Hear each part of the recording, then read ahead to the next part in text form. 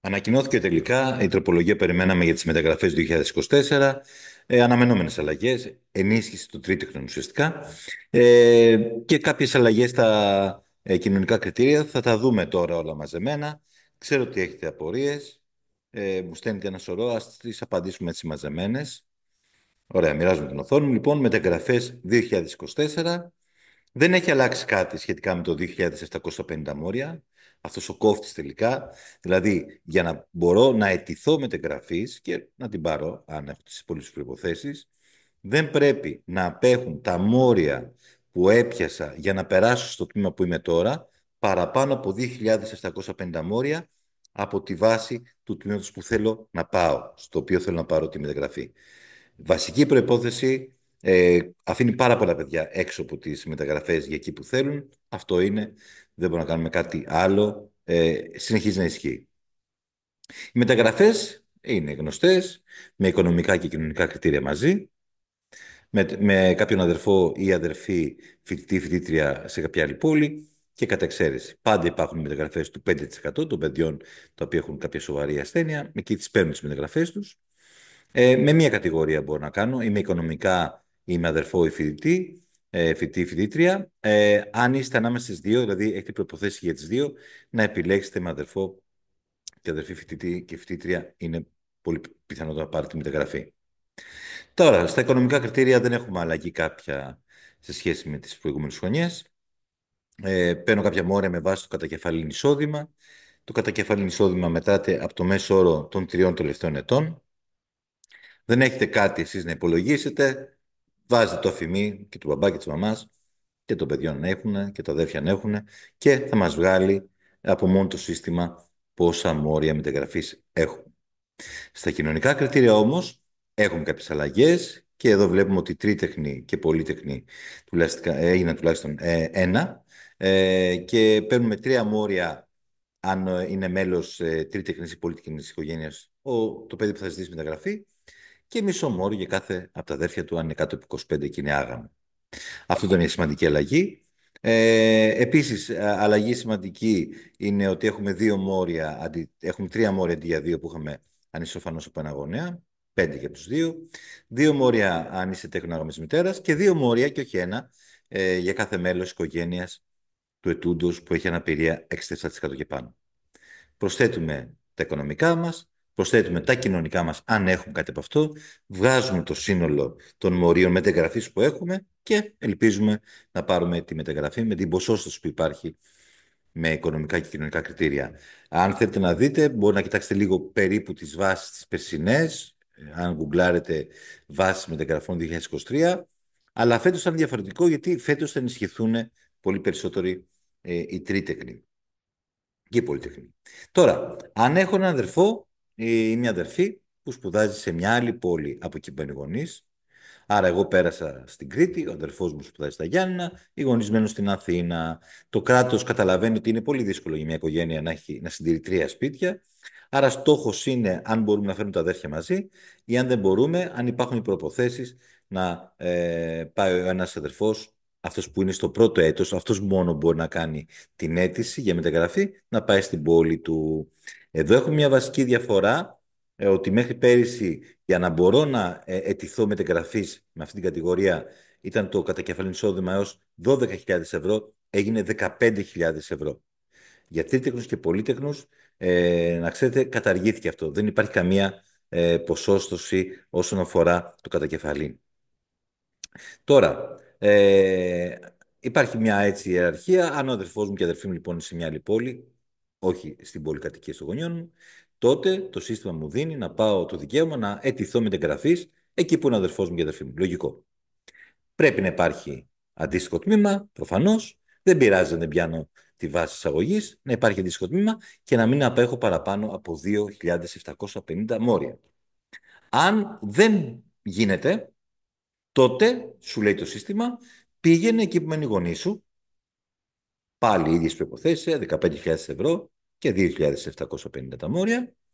Εκεί που μένει η γονή σου, λοιπόν, να πας και αν είσαι τρίτεχνος ή πολύτεχνος, μπορεί να πας είτε εκεί που μένει η γονή σου, είτε σε μια πόλη που οι γονείς ή και εσύ έχεις ένα σπίτι που έχεις το 100% της επικαρπίας της κυριότητας. Ξέρω, ο μπαμπάς είναι καταγωγή, η μαμά από μια πόλη, υπάρχει ένα πατρικό, είναι στο όνομά του. Ναι, αν υπάρχει τμήμα εκεί πέρα μετεγράψιμο και φτιάνει στα 2.750, μπορεί να πας και εκεί, εσύ που είσαι μέλος τρίτεχνης ή πολύτεχνης οικογένειας. Αν δεν ισχύει τίποτα παραπάνω, τότε δίνει το κράτος το δικαίωμα τα δύο αδέρφια να πάνε μαζί σε μια τρίτη πόλη, όχι εκεί που μένουν οι γονείς, σε μια άλλη πόλη λοιπόν, εκτός από Αθήνα και Θεσσαλονίκη, και να πάνε και οι δύο μαζί και να σπουδάσουν μαζί στην ίδια πόλη. Πάντα ισχύει το 15.000 μόρια και πάντα ισχύει το 2.750. Θα δούμε πιο κάτω, σε αυτά η τρίτεχνη και η πολύτεχνη έχουν μια μικρή διαφοροποίηση.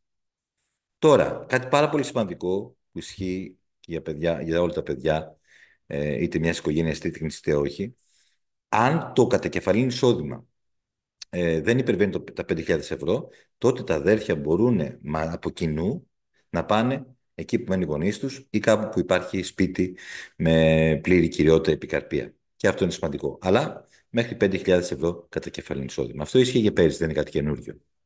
Η τρίτεχνη και η πολύτεχνη τώρα. Είπαμε κάποια πράγματα πριν, να ξαναδούμε. Μπορούν να ζητήσουν πλέον μεταγραφή σε όλα τα έτη σπουδών του, ενώ αν είσαι μέλο μια οικογένεια με ένα ή δύο παιδιά, μόνο στο πρώτο έτος μπορώ να ζητήσω. Πολύ σημαντική αυτή η διαφοροποίηση. Τα αδέρφια των τρίτεχνων και πολύτεχνων οικογενειών που δεν έτοιμοι μεταγραφή διατηρούν το δικαίωμα αίτηση από το επόμενο ακαδημαϊκό έτος, και αυτό του διαφοροποιεί επίση από τα υπόλοιπα παιδιά. Και αφαιρέθηκε εντελώ για τρίτεχνου και πολύτεχνου το όριο του κατακεφαλήν εισοδήματο. Το είπαμε και πριν αυτό. Δεν υπάρχει το 15.000 ευρώ που έχουν ω απαραίτητη προπόθεση τα παιδιά που είναι σε οικογένειε με ένα ή δύο παιδιά. Και επίσης, στην περίπτωση που τα αδέρφια δεν μπορούν να πάνε το ένα στην πόλη του άλλου, δεν μπορούν να πάνε στην πόλη των γονιών, ε, δίνει στους τρίτεχνους και πολύτεχνους, να μια διαφοροποίηση ακόμα, το δικαίωμα να πάνε τα αδέρφια από κοινού σε κάποια άλλη πόλη που υπάρχει σπίτι με 100% κυριότητα ή επικαρπία από τους γονείς ή από τους ίδιους. Κάτι που δεν το έχουν τα αδέρφια που ανήκουν σε μια οικογένεια με ένα ή δύο παιδιά. Άρα βλέπουμε μέχρι τώρα ότι είναι σημαντικά ενισχυμένη και στα κοινωνικά κριτήρια η τρίτεχνη και η πολύτεχνη και στις μεταγραφές με αδέρφια. Και αυτό, ειδικά στα κοινωνικά και οικονομικά κριτήρια, θα αλλάξει και τις βάσεις. Δηλαδή, οι τρίτεχνοι θα έχουν περισσότερα μόρια, πολύ περισσότερες πιθανότητες να καλύψουν θέσεις, γιατί είναι με ποσόστοση εκεί πέρα. Τώρα, η μετακίνηση, που και αυτό είναι ένα μπέρδεμα με τη μετακίνηση, πολλοί δεν ξέρουν τι είναι. Μετακίνηση μπορώ να κάνω μόνο αν δεν πάρω μεταγραφή με τις παραπάνω προϋποθέσεις. Δηλαδή, αν δεν πάρω μεταγραφή, τότε μπορώ να αιτηθώ μετακίνησης. Η μετακίνηση τι είναι? Μπορώ να αιτηθώ να πάω μέχρι 5 τμήματα, σε 5 τμήματα, τα οποία όμως τα έχω δηλώσει στο μηχανογραφικό μου και πιάνω τη βάση εισαγωγής τους. Δηλαδή, πέρασα βιολογικό Κρήτης, θέλω να πάω βιολογικό Αθήνας, δεν παίρνω τη μεταγραφή, τότε μπορώ να έχω κάνει δικαίωμα, να έχω ασκήσει δικαίωμα μετακίνησης και μπορώ να ζητήσω να πάω διαιτολογία, να πάω ιδιωτικών επιστημών, δημόσιας κοινωνικής υγείας, τμήματα τα οποία τα είχα δηλώσει στο μηχανογραφικό μου και πιάνω τη βάση τους. Αυτό είναι η μετακίνηση. Η μεταγραφή πάω σε ένα τμήμα σαν αυτό που πέρασα, μετακίνηση πάω σε ένα άλλο τμήμα. Κατ' εξαίρεση, εδώ υπάρχει επίση πάρα πολλοί γονεί και καταλαβαίνω απόλυτα, δεν είναι καθόλου εύκολο να έχει παιδιά σε άλλε πόλει. Είναι πολύ δύσκολε οι εποχέ που περνάμε. Επομένω, προσπαθούν με κάθε τρόπο οι άνθρωποι. Πολύ λογικό. Κατ' εξαίρεση όμω δεν δίνονται εύκολα.